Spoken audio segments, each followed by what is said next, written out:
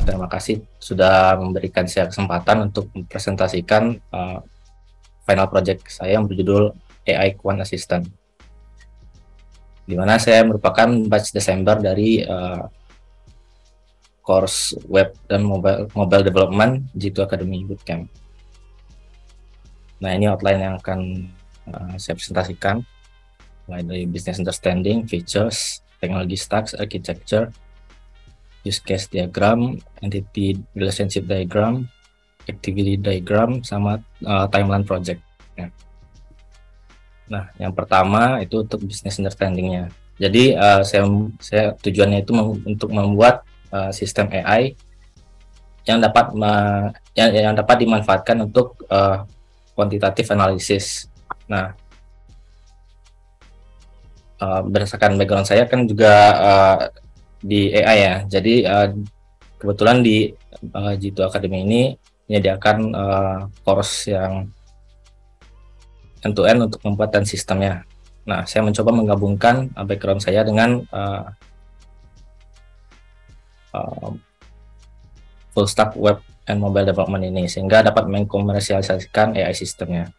Nah, bagaimana caranya memproduksi?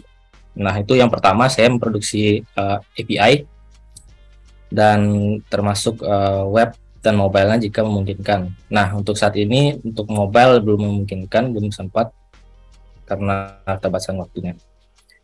Nah, outputnya itu produk tadi. Nah, berikut fitur-fiturnya, yaitu terdapat REST API, CI/CD, JWT authentication, kemudian password recovery, error handling, kemudian cookie based visitor. Ini pakai local storage ya namanya sekarang. Persistent customer shopping cart, itu cardnya itu ketika belum login dia masih bisa kesimpan, jadi nggak kayak online shop yang ada saat ini gitu. Lebih mirip kayak implementasinya Amazon. Kemudian ada manajemen cart dan ordernya, ada checkoutnya, katalog, kemudian manajemen ordernya, subscription, dan pagination-nya. Nah, berikut untuk teknologi stacks-nya.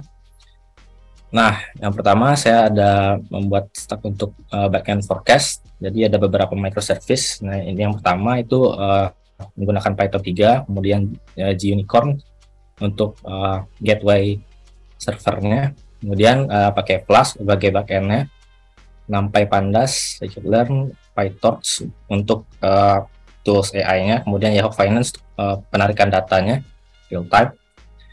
Dan selanjutnya algoritma yang digunakan yaitu auto time series, kemudian Facebook Prophet, dan Neural Prophet, di mana tiga algoritma ini paling banyak digunakan di industri saat ini.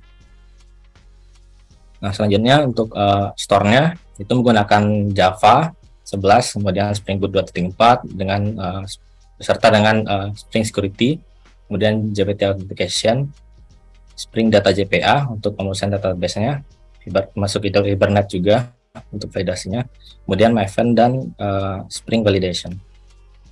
Database-nya yaitu MySQL dan Firebase untuk penyimpanan online ya. Termasuk juga sistem DevOps-nya yaitu saya menggunakan Docker Compose di sini. Nah, untuk webnya yaitu menggunakan JavaScript, Node.js, kemudian React 18, React Router, Bootstrap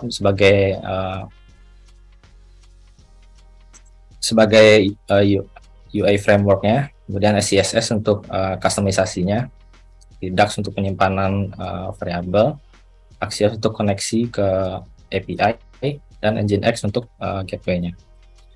Nah, ini belum sempat, tapi untuk di waktu yang kedepannya akan digunakan stack-nya seperti ini.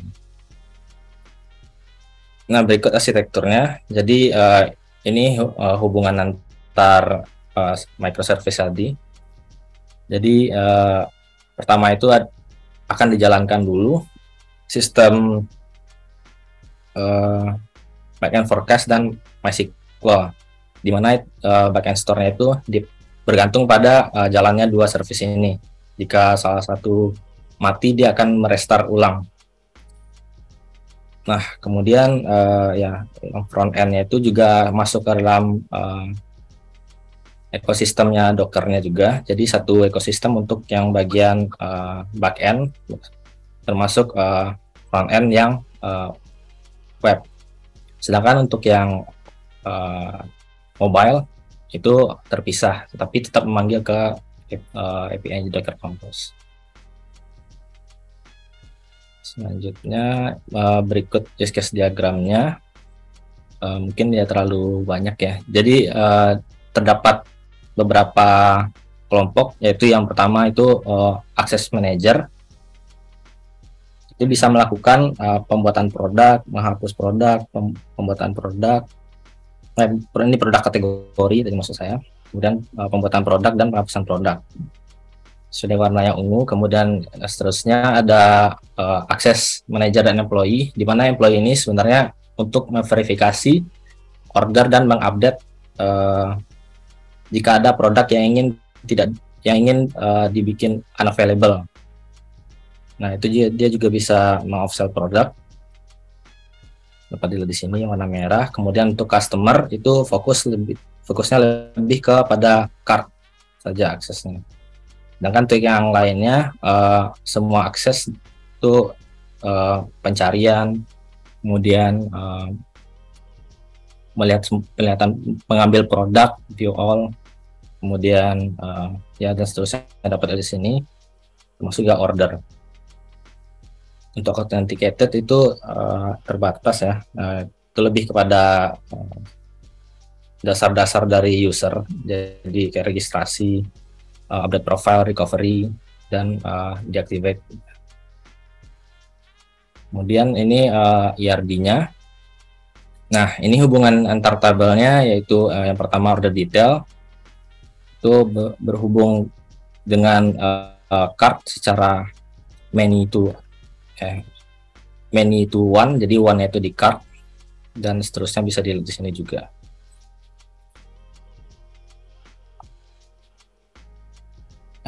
Ya, ini untuk activity diagramnya yang paling umum atau sederhana untuk dilakukan.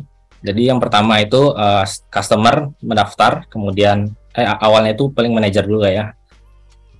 Manajer mendaftar, kemudian login, kemudian manajernya membuat kategori produk. Selanjutnya dilakukan pembuatan produk. Nah, setelah produk sudah dibuat dengan status yang aktif di sini, customer dapat melakukan pengecekan produk. Kemudian bisa menambahkan ke cart, melihat cartnya, check out. Nah, jika telah berhasil dilakukan check out, employee di sini jika telah mendaftar akan dapat melihat order-order yang telah check out tadi. Nah, itu dengan statusnya, kalau misalkan sudah dibayarkan, mungkin verifikasinya di luar atau manual mungkin untuk saat ini. Nah, kalau misalkan pembayarannya terverifikasi dengan berhasil, maka dapat dilakukan finish order. Sedangkan kalau misalkan tidak, ya di cancel. Nah, jika dilakukan finish, maka hasil order tersebut akan membentuk suatu subscription untuk customernya, di mana subscription ini dapat digunakan untuk memprediksi saham atau stock market yang terdapat di Yahoo Finance secara real time. Nah, sekian dari untuk activity diagramnya. Kemudian ini untuk timeline project. Sebenarnya untuk ini lebih saya sesuaikan ya. Jadi untuk tanggal 21 sampai 23 ini lebih ke mendesain konsep awal waktu itu. Kemudian sebenarnya ini tanggal 26 mungkin baru mulai untuk yang back end-nya dilengkapin. Sampai dilanjutkan dengan test and debug 28 sampai 30. Dan sebenarnya untuk projectnya sendiri itu baru mulai tanggal 1, ini rencana waktu itu, cuman karena berhubung pulang kampung jadi nggak sempat ngerjain yang front end-nya, baru tanggal 1. Sekian presentasi dari saya untuk penjelasannya. Mungkin ini untuk demonya. Nah, ini untuk demo yang web. Nah, user dapat melakukan login di sini maupun registrasi. Misalkan di sini masukkan gambar untuk upload ke Firebase, saya menggunakan misalkan SpongeBob.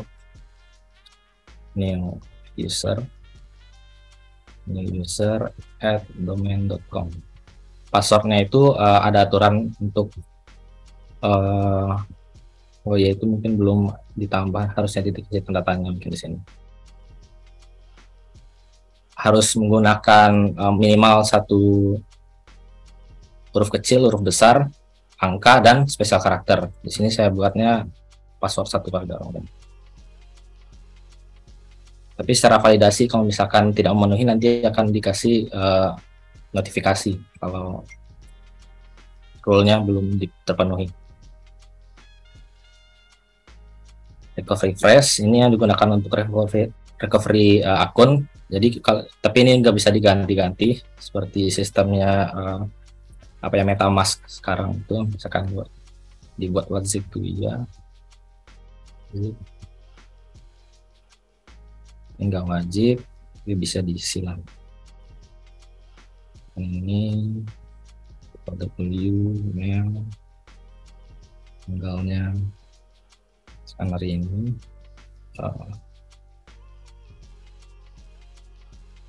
Oh, kayaknya ada kesalahan tuh user stringnya. Kadang ada ngebug ke tanggalnya itu. Mungkin tanggalnya bisa di skip dulu.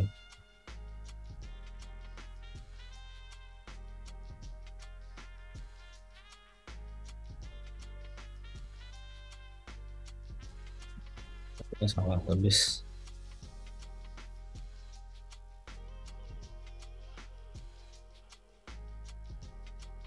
Oh, mungkin gara-gara tanggal ini ya. Coba register. Nah, registrasinya berhasil, maka datanya akan tercatat di MySQL-nya. Bisa dilihat di sini, data new user tadi tercatat di sini. Birth-date-nya tadi mungkin ada bug, mungkin bisa direvisi nanti. Kita masuk ke sini sebagai customer otomatis di awal. Jadi kalau mau employee sama manager nggak bisa bikin sendiri, jadi mesti di request ke admin. Coba pakai new user tadi dengan passwordnya, password sebagai itu login. Nah, loginnya berhasil, otomatis akan ke redirect ke dashboard awal atau page-nya. Nah, di sini ada kategori, bisa dilihat ada beberapa kategori algoritma, ada OTS tadi, Facebook Profit, kemudian Neuro Profit. Nah, misalkan dipilih Auto OTS, nah, dapat dilihat di sini ada beberapa produk yang dijual serta harga-harganya. Nah, untuk customer itu semuanya yang ditampilkan statusnya available. Jadi tidak mempersulit customer untuk melihat produk mana yang bisa dibeli. Itu akan beli ini atau cart. Nah, pembelian berhasil, karena akan bertambah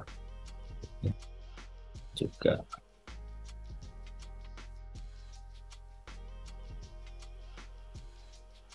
Saya tambah produk yang lain lagi, misalkan dari 3 ya, 11 misalkan.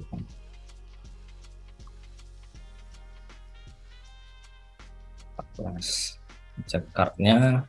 Nah, di sini terdapat produk-produknya yang ada di cart, bisa ditambah atau dikurangi juga. Secara kuantitasnya ditambah 1, harganya akan naik, jumlahnya bertambah.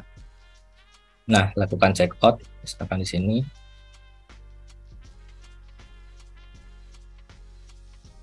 Nah, jika check out berhasil akan terdapat notifikasi check out success, send payment through our bank account to finish your order. Nah, ketika ordernya telah berhasil dilakukan, itu akan tercatat di order detail ya. Nah, itu oh ya, mungkin flow-nya tadi dulu. Tadi awalnya ketika menambahkan order, kartnya akan terbentuk dulu, kemudian order detailnya terbentuk untuk produk yang dibeli, dan akan terdapat card ID-nya. Jika dilakukan check out, card ID-nya berganti jadi 0, sedangkan order ID-nya terisi, dan akan pindah pencatatannya ke order main di sini dengan status masih 0. Bisa dilihat di sini. 0 itu artinya order baru, 1 itu finish, sedangkan 2 cancel. Nah, untuk order yang telah berhasil ini bisa di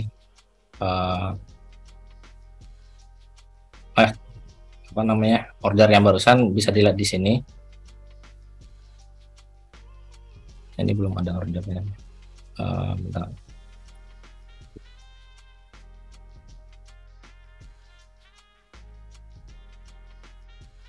Manager.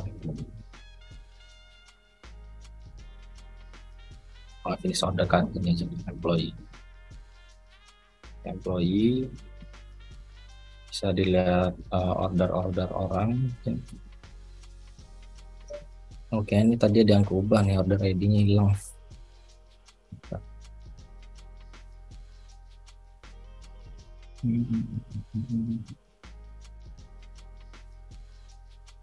Tadi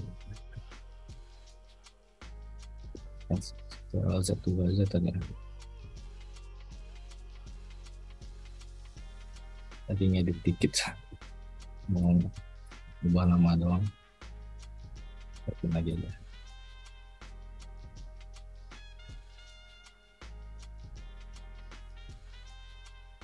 Nah ya, saya udah.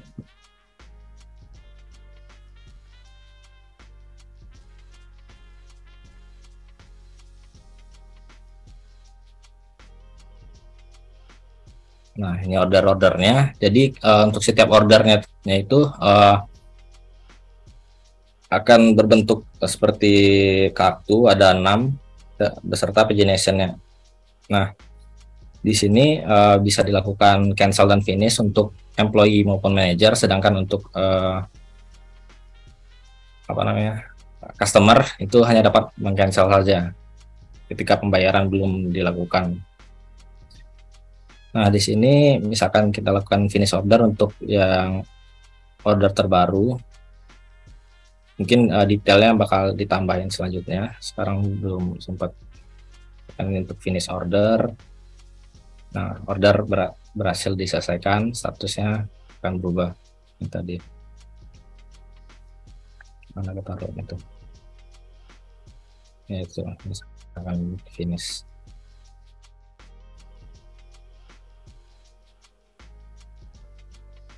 Gara-gara otak atik tadi. Oh iya, nggak ke update ya. Ada finish ya, harusnya berganti statusnya. Reaktif ya harusnya ya. Belum ini. Iya. Tadi reaktif karena ngubah variabel. Oh, oke. Ya, gitu paling Mbak untuk ininya. Dan subscription sebenarnya itu bisa dilihat. Tadi udah di ini kali ya. Oh, belum tampil kan ini. Ya tadi gara-gara ngupdate. Ya mungkin sekian untuk presentasi demonya.